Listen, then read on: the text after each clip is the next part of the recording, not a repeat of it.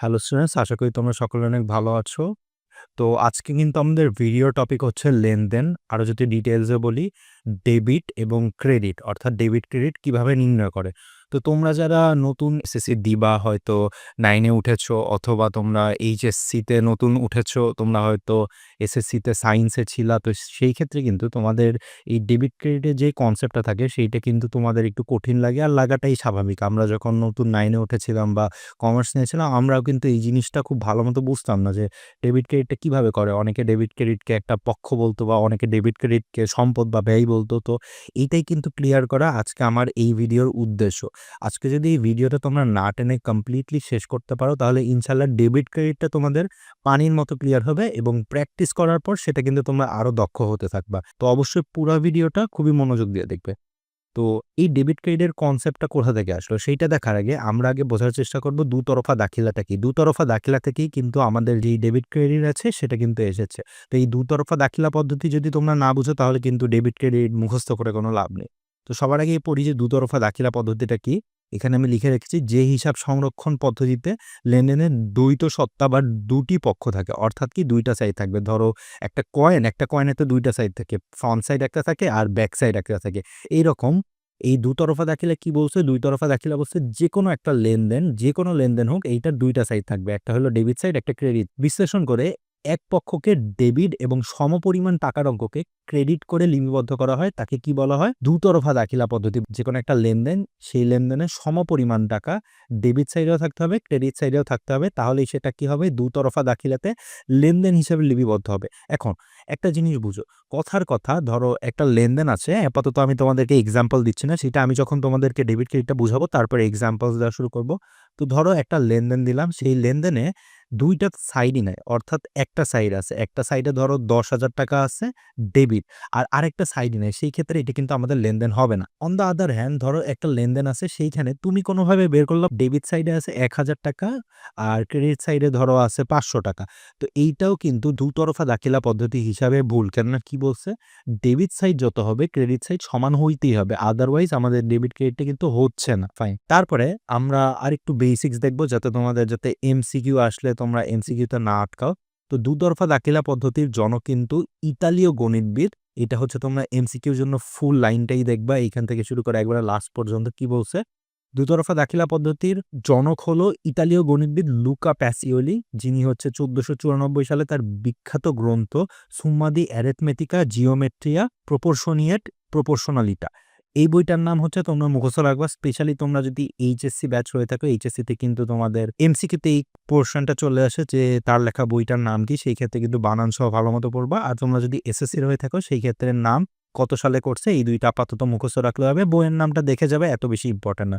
আর যেইটা তোমাদের দুইজনের জন্য স্পেশালি এসএসসির জন্য ইম্পর্টেন্ট, সেটা হচ্ছে হিসাব বিজ্ঞানের এই জনকটা কে। হিসাব বিজ্ঞানের জনক কিন্তু এই লুকা প্যাসিওলি। তিনি কিন্তু দুতরফা দাখিলা পদ্ধতির মাধ্যমে আমাদের যে অ্যাকাউন্টিং, এখন আমরা যে অ্যাকাউন্টিংটা করি সেইটার বেস বানায় থুইয়া গেছে। ঠিক আছে?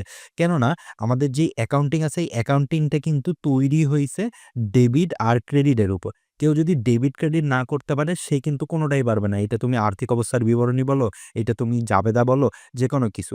প্রত্যেকটা অ্যাকাউন্টিং এর each and individual topic is based on এই ডেবিট ক্রেডিটটা। ডেবিট ক্রেডিটের উপর ভিত্তি করেই আমরা হচ্ছে বিভাজনগুলো করে থাকি। তো অবশ্যই তোমরা ভিডিওটা ভালো মতো দেখবা। কোনো যদি প্রবলেম হয় আমাকে কমেন্ট বক্সে বলবা যে ভাইয়া এখানে বুঝতেছি না, তাহলে আমি কমেন্ট বক্সে বা আরেকটা ভিডিও দিয়ে অবশ্যই সলভ করার চেষ্টা করবো। হ্যাঁ, তো আশা করি তোমরা হচ্ছে এই ডেবিট ক্রেডিটের বা দুতরফা দাখিলা পদ্ধতির যেই থিওরিটিক্যাল পার্টটা আছে, সেই থিওরিটিক্যাল পার্টটা বুঝতে পারছো। এইখানে কোনো ঝামেলা থাকার কথা না। এরপর আমরা প্র্যাকটিক্যাল সাইডে যাব। তো দুতরফা দাখিলা পদ্ধতি কি, এইটা তো বুঝলা যে কি। আরেকবার একটু রিক্যাপ দিই। দুতরফা দাখিলা পদ্ধতি সোজা ভাষায় দুইটা সাইড থাকবে, এই দুইটা সাইড নিয়ে গ্যাঞ্জাম যে ডেবিট সাইড আর ক্রেডিট সাইডকে আমার সবসময় সমান বানানো লাগবে। ফাইন। তো এই দুতরফা দাখিলা পদ্ধতিতে কিন্তু ২ টা সাইড আমি অলরেডি মেনশন করে রেখেছি, ডেবিট সাইড আর ক্রেডিট সাইড। তো এই ডেবিট সাইড, ক্রেডিট সাইড সবসময় সমান হওয়া লাগবে। আর এইখানে হচ্ছে তোমার ৫ টা ভাগে ভাগ থাকবে। অর্থাৎ তোমার ফুল যেই অ্যাকাউন্টিংটা, এইটা ৫ টা হিসাবের উপর ভিত্তি করে বানানো হইছে। এই ৫ টা হিসাব হচ্ছে তোমার সম্পদ, ব্যয়, আয়, দায় আর মালিকানা সত্ত্ব। এই ৫ টা হিসাবের বাইরে তুমি অ্যাকাউন্টিং এ যেকোনো বই খুঁজো, যেকোনো রাইটারের বই খুঁজো, এই ৫ টা হিসাবের বাইরে যাইতে পারবা না। আমি তোমাদেরকে ওপেন চ্যালেঞ্জ দিয়ে দিলাম। ঠিক আছে? এই ৫ টা হিসাব নিয়ে আমাদের এই যে তোমরা ধরো এসএসসি যদি হও, নেক্সট ৪ বছর তোমরা যদি এইচএসসি হও, আর পরে ইউনিভার্সিটিতেও অ্যাকাউন্টিং নিয়ে পড়তে চাও বা যেকোনো কমার্সের সাবজেক্টে পড়তে চাও, এই ৫ টা হিসাব নিয়েই তোমরা কাজ করবা। এইটার বাইরে কোনোদিনও যাবে না। তো এই হিসাবগুলা বাড়া কমার উপর ভিত্তি করেই কিন্তু দুতরফা দাখিলা হইছে। ধরো একটা হিসাবে সম্পদে ধরো তোমার ৳৫,০০০ আসছে, আবার ব্যয়েও ধরো তোমার ৳৫,০০০ আনতে হবে। এইটাই হচ্ছে তোমার দুতরফা দাখিলা পদ্ধতি। দেখো কি লেখছে? সমান, সমান মোট ডেবিট সাইড, মোট ক্রেডিট সাইড। আর এই হিসাব সমীকরণের ভারসাম্যর জন্য আমরা এই ইকুয়েশনটা ইউজ করি সম্পদ ইকুয়াল টু দায় প্লাস মালিকানা সত্ত্ব। এটা কিন্তু তোমরা A equal to L plus OE অথবা জাস্ট E বলে জানো। তো এই ইকুয়েশনটার মাধ্যমেই কিন্তু আমরা এই দুতরফা দাখিলা পদ্ধতিটা দেখে থাকি। তো এইখানে আশা করি তোমাদের ক্লিয়ার হইতে পারছে হচ্ছে ডেবিট ক্রেডিটের জন্য কি করা লাগবে, যে দুতরফা দাখিলা পদ্ধতিতে হচ্ছে তোমার ২ টাই সাইড থাকবে, ২ টা সাইডের বাইরে কিছু থাকবে না। আর আমরা কাজই করব হচ্ছে এই ৫ টা যেই হিসাব দিলাম, এই ৫ টা হিসাবের বাইরে কিছু আমাদের কাজ করার কোনো অপশন নেই। এবার আমরা জাম্প করব ডেবিট ক্রেডিটে। ঠিক আছে? ডেবিট ক্রেডিটে জাম্প করার আগে আমি জাস্ট একটুখানি তোমাদেরকে বলে নেই। অনেকে মনে করে এই যে ডেবিট আছে, তারপরে ক্রেডিট আছে বা ২ তরফা দাখিলা পদ্ধতির যে ২ টা সাইড আছে, এটাকে একটা স্কেল মনে করে। আবার অনেকে মনে করে ডেবিট মানেই যোগ, অনেকে মনে করে ক্রেডিট মানেই মাইনাস, অথবা অনেকে মনে করে যে ডেবিট মানে হচ্ছে সম্পদ, তারপরে ব্যয়, তারপরে আবার ক্রেডিট মানে মনে করে যে আয়, দায়, মালিকানা সত্ত্ব। তো তোমরা যদি এরকম মনে করে থাকো, কংগ্রাচুলেশন, তোমরা অ্যাবসোলিউটলি ভুল জানো। তোমাদের যদি কেউ বলে যে ডেবিট ক্রেডিট মানে কি, তোমাদেরকে কেউ যদি বলে যে এগুলা মানে এইগুলার একটা, তাহলে তোমরা কমপ্লিটলি ভুল। তোমরা এই কনসেপ্টটা ঝেড়ে ফেলে দাও।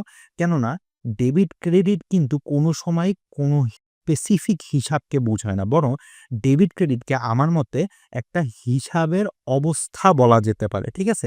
অর্থাৎ হিসাবটা কি অবস্থায় আছে তোমরা যদি বলো, ধরো কথার কথা, সম্পদ মানে কি? আমি বললাম। তুমি বললা, "ভাইয়া সম্পদ মানে হচ্ছে ডেবিট।" তো আমি তোমাকে বললাম, সম্পদ কিন্তু ক্রেডিটও হইতে পারে। তাহলে তুমি সম্পদকে সবসময় ডেবিট তো বলতে পারো না। আবার তুমি বললা আয়। আয়টা কি? ভাইয়া আয়টা হইলো আমার ক্রেডিট। এখন আমি তোমাকে বলতে পারি আয়টা ক্রেডিট নাও হইতে পারে, আয়টা ডেবিটও হইতে পারে। তো সেই ক্ষেত্রে কি তুমি কোনো ক্ষেত্রে আয়কে ক্রেডিট বলতে পারবা বা সম্পদকে ডেবিট বলতে পারবা? এটা তো ২ টা অবস্থায় থাকতে পারে। এই ব্যাপারটা জেনে রাখবা যে ডেবিট আর ক্রেডিট হচ্ছে বেসিক্যালি হিসাবের অবস্থা। অর্থাৎ হিসাবটা বাড়তেছে নাকি কমতেছে সেই অবস্থানটা বুঝায়। যেমন সম্পদকে যদি আমরা ডেবিট করি তার মানে বুঝায় সম্পদটা বাড়তেছে। আবার আয়কে যদি ক্রেডিট করি সেই ক্ষেত্রে আয়টা বলতে আমরা বুঝি আয়টা বাড়তেছে। তো কি বুঝলাম? ডেবিট ক্রেডিট হচ্ছে একটা হিসাব। হিসাব কোনগুলা? এই যে উপরে আমরা ৫ টা হিসাব পড়ে এসেছি, সম্পদ, ব্যয়, আয়, দায়, মালিকানা সত্ত্ব। এই ৫ টা হিসাব কি অবস্থায় আছে? এগুলা কি বাড়তেছে নাকি কমতেছে? এইটার ব্যাপারে আমাদের জানায় সেইটা হচ্ছে ডেবিট ক্রেডিট। ডেবিট ক্রেডিট কি করে? এগুলা বাড়তেছে না কমতেছে সেইটার ব্যাপারে আমাদের জানায়। তো ওইটার অবস্থানটা জানায়। তো আশা করি তোমরা বুঝতে পেরেছ। এখন থেকে যদি তোমাদের কেউ জিজ্ঞাসা করে যে ডেবিট ক্রেডিট কি? ধরো নন বিজনেস ব্যাকগ্রাউন্ডে কেউ বলতেই পারে। সেই ক্ষেত্রে তোমরা বলবা ডেবিট ক্রেডিটটা কোনো যোগ বা বিয়োগ বা কোনো স্পেসিফিক হিসাবকে বুঝায় না। ডেবিট ক্রেডিটটা বুঝায় হচ্ছে হিসাবের কি অবস্থা, অর্থাৎ হিসাবটা কি অবস্থায় আছে। এরপর আমরা দেখব ডেবিট ক্রেডিট তো আমরা অনেক শিখলাম, অনেক কথাই বললাম। ডেবিট ক্রেডিট অ্যাকচুয়ালি করে কিভাবে? এইটার জন্য আমি এইখানে একটা গ্রাফ রেখেছি। এই গ্রাফটা যদি তোমরা ভালোমতো বুঝতে পারো তাহলে হচ্ছে মনে করো ডেবিট ক্রেডিট থেকে যেই তোমাদের ম্যাথ আসবে সেইখানে ১০ এ ১০। কেন? ডেবিট ক্রেডিট থেকে কিন্তু তোমাদের ২ টা ম্যাথ আসবে। একটা হচ্ছে ধরো তোমার চ্যাপ্টার যেই ২ আছে, এসএসসি চ্যাপ্টার ২ ওইখান থেকে একটা আসবে। আরেকটা হচ্ছে এসএসসি তোমার জন্য যেই চ্যাপ্টার ৬ আছে সেইখান থেকে একটা আসবে। চ্যাপ্টার 6 এ হচ্ছে তোমার সাধারণ কিন্তু জাবেদা আছে। সাধারণ জাবেদায় বলবে যে ডেবিট ক্রেডিট করো। আর চ্যাপ্টার 2 তে বলবে যে এই হিসাবগুলো বা এত তারিখের লেনদেনগুলো ডেবিট ক্রেডিট করো। আর তোমরা যদি এইচএসসি স্টুডেন্ট হয়ে থাকো তোমাদের কিন্তু মোটামুটি প্রত্যেকটা কোয়েশ্চেনের সাথেই ধরো ব্যাংক সমন্বয় বিবরণী করতে গেলা বা অন্য একটা ম্যাথ করতে গেলে ওইখানে কিন্তু খ বা গ তে বলে দেয় হচ্ছে যে এই হিসাবগুলোর ডেবিট ক্রেডিট প্রস্তুত করো। সেই ক্ষেত্রে কিন্তু তোমাদের খুবই ইম্পোর্টেন্ট। আর যে এমনটা বললাম, এই ডেবিট ক্রেডিট কিন্তু তোমরা ভুলেও স্কিপ করো না বাবা। তোমরা যদি ভুলেও স্কিপ করো তো সেই ক্ষেত্রে কিন্তু তোমরা যে কমার্স নিচ্ছ সেইটাই স্কিপ করতে হবে। কারণ কি কমার্সে তৈরি হইছে এই দুতরফা দাখিলা পদ্ধতি অর্থাৎ ডেবিট ক্রেডিটের উপর। প্রত্যেকটা ম্যাথ যত দেখবা, এরপর খতিয়ান বলো, জাবেদা বলো, রেওয়া মিল বলো, প্রত্যেকটা জিনিস এই ডেবিট আর ক্রেডিটের উপর বেস করে বানানো হইছে। তো এই জিনিসটা স্কিপ করবে না। লাগলে ভিডিও আবার দেখবা, লাগলে আমাকে বলবা, আমি আবার ভিডিও বানাবো, আরো ডিটেইলসে বলবো। এখানে যেহেতু একটা টাইম কনস্ট্রেন্ট থাকে, আমি একটু দ্রুত পড়ানোর চেষ্টা করি। এই ক্ষেত্রে হয়তো মাঝে, মাঝে ফাস্ট চলে যাই। তো না বুঝলে আমাকে বলবা, আমি আবার করে দেওয়ার চেষ্টা করব। তো আমরা কিন্তু পড়ে এসেছি যে হিসাবকে ৫ টা ভাগে ভাগ করতেছি। কি, কি? সম্পদ, ব্যয়, দায়, মালিকানা সত্ত্ব আর আয়। এই ৫ টা হিসাবের উপর ভিত্তি করেই কিন্তু আমরা ডেবিট ক্রেডিটটা প্রস্তুত করে থাকি। দেখো এখানে আমি আলাদা করে রাখছি। এই বক্সটা তোমরা মাথায় রাখবা। যদি মাথায় রাখো ইনশাআল্লাহ ডেবিট ক্রেডিট আর কোনোদিন প্রবলেম হবে না। সম্পদ আর ব্যয় যদি বাড়ে সেই ক্ষেত্রে আমরা কি করব? চোখ বন্ধ করে ডেবিট করব। আর যদি কমে তাহলে ক্রেডিট করব।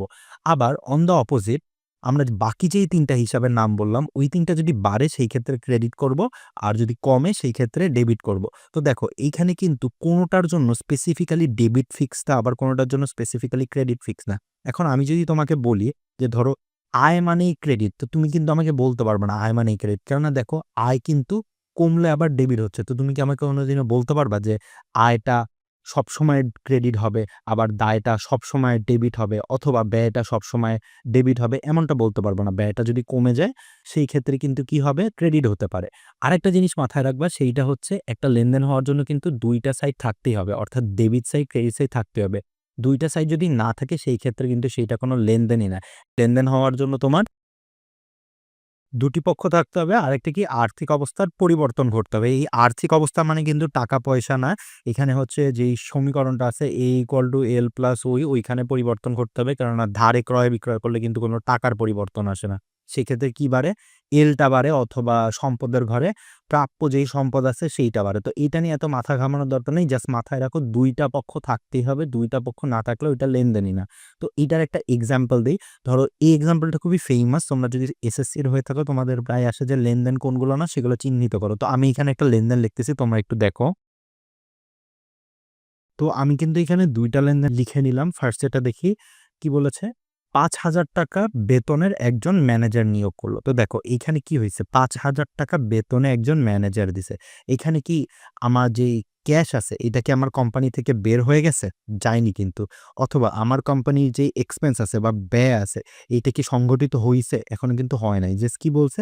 একজনকে নিয়োগ করছে। সে সবার আগে ১ মাস কাজ করবে, তারপরে সে না সে বেতন পাবে। তো এইখানে কিন্তু ২ টা পক্ষ নাই। এইখানে কিন্তু আমি ডেবিট বা ক্রেডিট, অথবা আমি যেই ৫ টা তোমার হিসাব লিখলাম সম্পদ, ব্যয়, এই ৫ টা হিসাব লিখলাম। এই ৫ টার কোনোটা কিন্তু এইখানে ঘটে নাই। কেননা এইখান থেকে কোনো কিছু বাইরেও যায় নাই, কোনো কিছু সংঘটিতও হয় নাই। জাস্ট এইটা একটা ঘটনা বলতেছে যে আমি নিয়োগ দিলাম। সেইম ভাবে যদি আমরা সেকেন্ড লেনদেনটা দেখি, ৳২০,০০০ আসবাবপত্র ক্রয়ের ফরমায়েশ। ফরমায়েশ মানে কি? ফরমায়েশ মানে আমরা জানি অর্ডার। অর্থাৎ ধরো তুমি একজন ম্যানেজার, একটা কোম্পানির ম্যানেজার, তোমার কোম্পানির একজন পিয়নকে তুমি বললা নেক্সট উইকে গিয়ে তোমার হচ্ছে একটা টেবল কিনে নিয়ে আসবা। তো দেখো টেবলটা ধরো কথার কথা আজকে হলো ১০ই ফেব্রুয়ারি। তুমি অর্ডার দিলা যে এটা ১৭ই ফেব্রুয়ারি কিনতে। তো আজকে কি তোমার টাকাটা তোমার পকেট থেকে বের হইছে? বা আজকে কি তোমার যে সম্পদ আছে এই সম্পদটা কি তোমার কোম্পানিতে ঢুকছে? ঢুকে নাই কিন্তু। তোমার কাছ থেকে ক্যাশও চলে যায় নাই, তোমার সম্পদও কোনো পরিবর্তন হয় নাই। যা আছে তাই। শুধু কি হইছে? তুমি হচ্ছে ফরমায়েশ দিছো, অর্থাৎ অর্ডার দিছো। তুমি তোমার পিয়নকে বলছো যে পরের সপ্তাহে গিয়ে এই ইয়াটা নিয়ে আসবে। তো তুমি যখন পরের সপ্তাহে আসবে, এই ১৭ তারিখ আসবে বা ১৬ তারিখ হয়তো তুমি তাকে ক্যাশ দিবা। ক্যাশ দেওয়ার পর কিন্তু ২ টা পক্ষ হয়নি। কি হইছে? শুধুমাত্র তোমার ক্যাশটা কমে যাবে। ১৭ তারিখ যখন সে কিনে আনবে তখন হচ্ছে তুমি দেখাবা ক্যাশটা কমছে আর সম্পদটা কি হইছে? বেড়ে গেছে। তো এই ক্ষেত্রে কিন্তু সেটা লেনদেন হইতো। এইখানে এইটা শুধুমাত্র ঘটনা। এখানে কিন্তু কোনো লেনদেন হয়নি। লেনদেন হওয়ার জন্য কি ২ টা পক্ষ থাকতে হবে আর হচ্ছে আর্থিক অবস্থার পরিবর্তন ঘটতে হবে। তো এই বিষয়গুলো কিন্তু তোমাদের মাথায় রাখতে হবে চিহ্নিত করার জন্য। স্পেশালি আবারও বলতেছি, তোমরা যদি এসএসসি হও, তোমরা কিন্তু কেবল লেনদেন, ডেবিট, ক্রেডিট এগুলো শিখতেছো। তোমাদের কিন্তু ভালোমতো ধরতে পারতে হবে যে লেনদেনগুলার বৈশিষ্ট্য কি, লেনদেনগুলা কখন হয়, কখন হয় না। এগুলো কিন্তু ধরতে পারলেই মনে করো মোটামুটি তোমাদের হচ্ছে ডেবিট, ক্রেডিটটা আয়ত্তে এসে যাবে। কেননা তোমরা যেহেতু নতুন অ্যাকাউন্টিং করছো তোমাদের তেমন ঝামেলা হয় না। বাট তোমরা যদি এইচএসসির হয়ে থাকো তোমাদের কিন্তু এই জিনিসটা খুব ভালোমতো আয়ত্ত করতে হবে। এত বেসিক দিয়ে হবে না। খুব ভালো প্র্যাকটিসের উপর থাকতে হবে। তো এইখানে হচ্ছে আমি কয়েকটা এক্সাম্পলের জন্য ৪ টা লেনদেন রেখেছি। এই ৪ টা লেনদেন আমরা দেখব যে কিভাবে আমরা করি। তো সবার আগে করার আগে আমি একটুখানি তোমাদেরকে বলে নিই, তোমরা সবসময় চিন্তা করবা, হ্যাঁ? বেসিক তোমাদের যে কমন সেন্স আছে এই কমন সেন্সটা দিয়ে প্রত্যেকটা লেনদেনের একটা জিনিস চিন্তা করার চেষ্টা করবা যে কোন সাইড এফেক্টেড হইছে। কথার কথা আমি ধরো তোমাকে বললাম তুমি একটা পণ্য বিক্রি করছো। একটা পণ্য বিক্রি করছো। বিক্রিটা কার কাছে করছো? আমার কাছে করছো। তো তুমি হচ্ছে এখন তোমার কমন সেন্সটা খাটায় তুমি আগে বের করার চেষ্টা করো। তো বিক্রি করছো।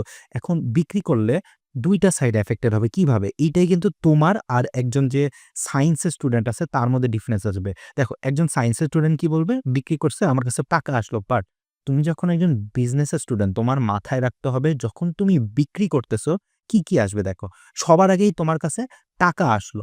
টাকা আসলো অথবা তুমি ধারে বিক্রি করলে কি হইছে? তোমার কাছে প্রাপ্য সম্পদ আসছে। অর্থাৎ তোমারে প্রমিস দিছে যে হ্যাঁ, আমি টাকাটা দিব। তাইলে কি তোমার কিন্তু সম্পদ বাইরে গেল। শুধু কি সম্পদই বাড়লো? না। সম্পদ বাড়ার সাথে কি বাড়ে? দেখো এখানে ২ টা সাইড আছে না? এক সাইডে হচ্ছে তোমার এই ২ টা আর বাকি সাইডে হচ্ছে এই ৩ টা। তো সম্পদ বাড়ার সাথে কিন্তু তোমার বিক্রি যেহেতু করছো আয়ও বাড়ছে, তাই না? তো তুমি যেহেতু বিক্রি করছো তোমার এখানে কি হইতেছে? আয় বাড়তেছে। তো আয় বাড়লে আবার কি হয়? ক্রেডিট হয় আমরা জানি।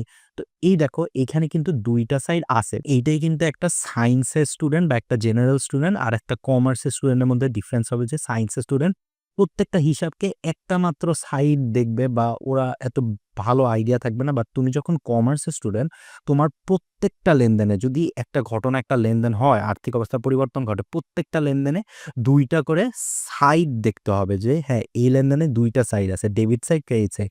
২ টাই বাড়তেছে, ২ টাই কমতেছে অর একটা বাড়তেছে, একটা কমতেছে। এইটাই কিন্তু তোমাদের ধরতে হবে। যদি ধরতে পারো এই ডেবিট ক্রেডিটে তোমরা A+ টা নিশ্চিত ধরে রাখো। তো আমরা এখন এইখানে যেই ৪ টা লেনদেন লেখা আছে, এতক্ষণ যে শিখাইলাম সেইটার বেসিসে সলভ করার চেষ্টা করব। ঠিক আছে? তো সবার আগেই দেখি কি বলছে? জনাব হাসান নগদ ৳৫০,০০০ মূলধন এনে ব্যবসা শুরু করছে। তো কি করছে? জনাব হাসান ধরো তোমার ব্যবসা প্রতিষ্ঠান। আমরা জানি যে ব্যবসা প্রতিষ্ঠান আর মালিক কিন্তু আলাদা। এটা যদি না জানো নোট খাতায় খুব ভালো মতো নোট করবা। ২ বার ২ কালি দিয়ে লিখে রাখবা কি? ব্যবসা প্রতিষ্ঠান আর মালিক আলাদা। তো এটা ধরো তুমি জনাব হাসান আর এটা তোমার ব্যবসা প্রতিষ্ঠান। তুমি কি করলা? তোমার ব্যবসা প্রতিষ্ঠানের টাকা ঢাললা। কত টাকা? ৳৫০,০০০। তো কি হইছে? সবার আগে তোমার যে টাকা আছে ব্যবসা প্রতিষ্ঠানে সেই টাকাটা বাড়লো। টাকা বাড়ার সাথে কি তুমি হাসান তোমার যে মালিকানা সত্ত্বের আলাদা বই আছে, তুমি মালিক হিসাবে কত টাকা ব্যবসার কাছ থেকে পাও, সেই ক্ষেত্রেও কিন্তু তোমার মালিকানাটা বাড়তেছে। তো দেখো এইখানে কিন্তু আমি ২ টা সাইড ইজিলি বের করে ফেললাম। সবার আগে নগদ টাকা যেহেতু বাড়তেছে, আমরা নগদ টাকাটাকে ডেবিট করে নিব। আবার আমি যেমনটি বললাম যে মালিক যেহেতু আমাদেরকে টাকা দিচ্ছে, সেই ক্ষেত্রে মালিকেরও কিন্তু কি হচ্ছে? মালিকানা সত্ত্ব বাড়ছে। সেই ক্ষেত্রে কি করব?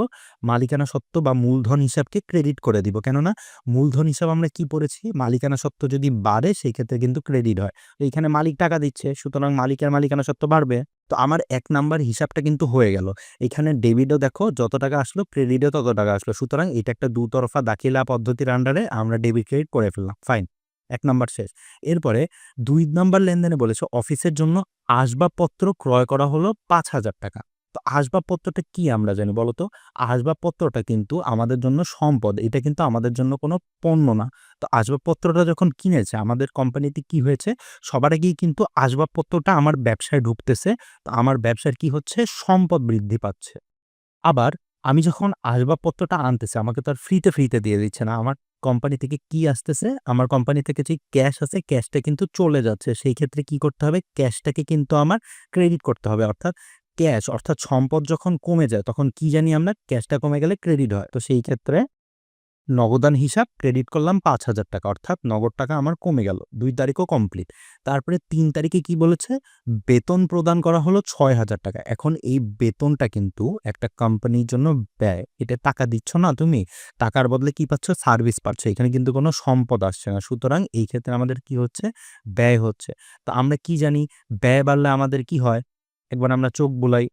ব্যয়টা যদি বৃদ্ধি পায় সেই ক্ষেত্রে ডেবিট হয়। সুতরাং কি হবে? বেতন হিসাব ডেবিট। আবার বেতনে তুমি কি দিচ্ছ বলো তো? বেতনে কি তুমি শুধু সান্ত্বনা দিয়ে দাও বা মোটিভেশন দাও যে ভাই ভেরি গুড এমনটা না। তোমার কিন্তু ক্যাশ টাকা তোমার থেকে চলে যাচ্ছে। তো যেমনটা জানো ক্যাশ টাকা চলে গেলে কি হয়? ক্রেডিট হয়। তো এটাও কিন্তু আমার ডান। লাস্ট যে লেনদেনটা আছে সেখানে বলা হয়েছে পণ্য ক্রয় করা হয়েছে। তো পণ্য ক্রয় দেখো পণ্যটা কিন্তু সম্পদ না। এটা আমি লাল কালি দিয়ে লিখে দিচ্ছি। পণ্যটা সম্পদ না। তো পণ্যটা কিন্তু ডিরেক্টলি আয় অথবা ব্যয়ের সাথে রিলেটেড। অর্থাৎ পণ্যটা যেহেতু ক্রয় করছি, টাকাটা চলে গেছে সেই ক্ষেত্রে ব্যয় হবে। আবার যদি বিক্রয় করতাম তোমাদের একটা আগে কিন্তু এক্সাম্পল দিয়ে দেখিয়েছি, সেই ক্ষেত্রে কিন্তু আয় হতো। তো পণ্যটাকে আমরা কোনো সময় সম্পদ ধরার ভুল করব না। তো কি বলেছে? পণ্য আমরা ক্রয় করেছি। তো পণ্য ক্রয় করার কারণে কি হয়? ক্রয় করার কারণে কিন্তু নগদ যেই টাকাটা আছে সেটা আমার ব্যবসা প্রতিষ্ঠান থেকে চলে যাচ্ছে। তো দেখো সম্পদ চলে যাচ্ছে। সম্পদ যদি চলে যায় কি হয়? ক্রেডিট হয়। আবার পণ্য ক্রয় করার কারণে যেমনটি বললাম ব্যয় হয়। ক্রয় যদি করি, ক্রয় করলে কিন্তু ব্যয়টা কোন দিকে আছে দেখো? বৃদ্ধি পাচ্ছে। বৃদ্ধি পেলে কি হয়? ডেবিট হয়। তো আমরা এখন জাস্ট পণ্য হিসাবকে কি করব? পণ্য ক্রয়কে বা শুধু ক্রয় হিসাবকে ডেবিট করব। তো আমার কিন্তু যেই ৪ টা লেনদেন ছিল, এই ৪ টা লেনদেনই কমপ্লিট হয়ে গেল। তো আশা করি তোমরা বুঝতে পেরেছো কিভাবে আমি প্রত্যেকটা লেনদেন খুবই ইন্ডিভিজুয়ালি ২ টা করে সাইড বের করে নিয়েছি। তারপরে উপরের যেই তোমাদেরকে একটা গ্রাফ দিলাম, এই গ্রাফের ভিত্তিতে বাড়ছে না কমছে সেইটার ভিত্তিতে ডেবিট বা ক্রেডিট করে নিলাম। তো একটা জিনিস মাথায় রাখবা, ডেবিট সাইডটা কিন্তু সবসময় উপরে থাকবে আর ক্রেডিট সাইডটা সবসময় নিচে থাকবে। তুমি এখন মনে করো এই নগদান ক্রেডিটকে উপরে লেখলা আর আসবাবপত্র ডেবিটকে নিচে রাখলা। সেই ক্ষেত্রে কিন্তু তোমাদের যদি জাবেদা বা ডেবিট ক্রেডিটটা হয়ও সেই ক্ষেত্রেও কিন্তু তোমাদের ইয়াটা ভুল হবে। কেননা ডেবিট সবসময় আগে আসবে, ক্রেডিট পরে আসবে। আরেকটা জিনিস কি ডেবিটে যত টাকা আসবে ক্রেডিটেও তত টাকাই আসতে হবে। মনে করো এইখানে কোনো কারণে ৫,০০০ লিখলা আর হচ্ছে ক্রেডিটে তোমরা ৳৫,৫০০ লিখলা। সেই ক্ষেত্রেও কিন্তু তোমাদের ওই একই কথা ভুল হবে। তো আশা করি তোমরা বুঝতে পেরেছো। এখন এইখানে এতদূর যদি তোমরা বুঝতে পারো, ইনশাআল্লাহ ডেবিট ক্রেডিট করতে আর কোনো সমস্যা হবে না। যেইখানে সমস্যা হবে সেইটা হলো প্র্যাকটিসের অভাব। ডেবিট ক্রেডিটটা হচ্ছে কিন্তু একটা ভিডিও দেখে নিলা বাস মাশাআল্লাহ এখন তোমরা ১০ এ ১০ এমন না। ডেবিট ক্রেডিটটা কিন্তু হচ্ছে বেসড প্রত্যেকটা লেনদেনে ২ টা করে হিসাব খুঁজে বের করতে হয়। তো এটা কিন্তু ইজি ব্যাপার না। এটা কিন্তু প্র্যাকটিসের উপর ডিপেন্ড করে। তো রেগুলার প্র্যাকটিসের উপর থাকবো। আমি এখানে ২ টা জিনিস তোমাদেরকে ভিডিওটা শেষ করার আগে বলে নিতে চাই। সেইটা হলো তোমরা সবসময় মনে রাখবা আমরা কিন্তু অ্যাকাউন্টিংটা করি হচ্ছে ব্যবসা প্রতিষ্ঠানের জন্য। অর্থাৎ আমরা যে ব্যবসার নাম দিয়ে করছি সেইটার দিক থেকে করি। আমরা কিন্তু মালিকের জন্য ব্যবসা করি না। হ্যাঁ? যেমনটা দেখো ১ তারিখে কি বলছে? জনাব হাসান নগদ ৳৫০,০০০ নিয়ে মূলধন স্বরূপ ব্যবসায় শুরু করল। তো জনাব হাসান আর ব্যবসা কিন্তু এক হইতে পারত। কিন্তু আমরা এখানে কি বলতেছি? মালিক মূলধন ঢালছে। তো আমরা কিন্তু কি করছি তখন? মালিকের আলাদা একটা হিসাব রাখছি। মালিকের ব্যবসা কিন্তু এক দেখে নাই। মালিকের বই রাখছি যখন মালিক টাকা দিতেছে, মালিকের যেই পাওনা হিসাব সেইটাকে বাড়াচ্ছি, আবার নগদ টাকা বাড়াচ্ছি। তো সেই ক্ষেত্রে কি মনে রাখবো? এটা কিন্তু এমসিকিউর জন্য যে অ্যাকাউন্টিং এ মালিক আর ব্যবসা এক নয়। আমরা সবসময় অ্যাকাউন্টিংটা করি ব্যবসার জন্য, মালিকের জন্য না। মালিক হচ্ছে আলাদা। আমরা অ্যাকাউন্টিংটা করতেছি ব্যবসার জন্য। আরেকটা জিনিস মাথায় রাখবা কি লিখেছি দেখো মালিক ১ তারিখে। অর্থাৎ দেখো এখানে যদিও ১ তারিখ বলা নেই, বাট যেকোনো লেনদেনে ১ তারিখে মালিক লোন বাদে যা আনবে, লোন বাদে যা আনবে পুরোটাই কিন্তু কোথায় যাবে? মূলধনে যাবে। ১ তারিখে মালিক আসবাবপত্র আনতে পারে, তারপরে নগদ টাকা আনতে পারে, তারপরে পণ্য আনতে পারে। যাই আনুক না কেন মাথায় রাখবা যদি লোন না হয়, তৃতীয় পক্ষের লোন না হয়, মালিক ১ তারিখে যা আনতেছে সেইটাই কি? মূলধন। তো এই ক্ষেত্রে কিন্তু আসবাবপত্র, নগদ এগুলাকে আমরা নরমালি জানি কি? অ্যাসেট অর্থাৎ সম্পদ। কিন্তু ১ তারিখে যদি আনে ১ তারিখের জন্য কি সেইটা মূলধন হয়ে যাবে। তো আশা করি তোমরা লেনদেনগুলো বুঝতে পেরেছো। যদি বুঝতে পেরে থাকো এইখানে আমি তোমাদের প্র্যাকটিসের জন্য আরো কয়েকটা লেনদেন রেখেছি। লেনদেনগুলোকে তোমরা প্র্যাকটিস করতে পারো। মোটামুটি ইজি আছে। লেনদেনগুলোকে প্র্যাকটিস করে আমাকে অবশ্যই কমেন্ট বক্সে জানাতে পারো যে কোনটায় প্রবলেম হচ্ছে বা সবগুলা পারলে নাকি। আর যদি কোনটায় স্পেসিফিক্যালি প্রবলেম হয় আমাকে অবশ্যই নাম্বারগুলা বলবা যে ৩ নাম্বারটায় প্রবলেম হচ্ছে বা ৭ নাম্বারটায় প্রবলেম হচ্ছে। আমি অথবা কমেন্ট বক্সের অন্য কেউ ইনশাআল্লাহ করে দেওয়ার চেষ্টা করবে। তো ভিডিওটি যদি ভালো লেগে থাকে আর ডেবিট ক্রেডিট যদি তোমাদের একটু ক্লিয়ার করতে পারি, অবশ্যই ভিডিওতে একটা লাইক দিবা আর আমাদের চ্যানেলে সাবস্ক্রাইব করে রাখতে পারো for future contents like this. And আমাদের একটি ফেসবুক পেজও আছে, তো সেখানেও কিন্তু চাইলে তোমরা ফলো করে রাখতে পারো। Thank you for watching.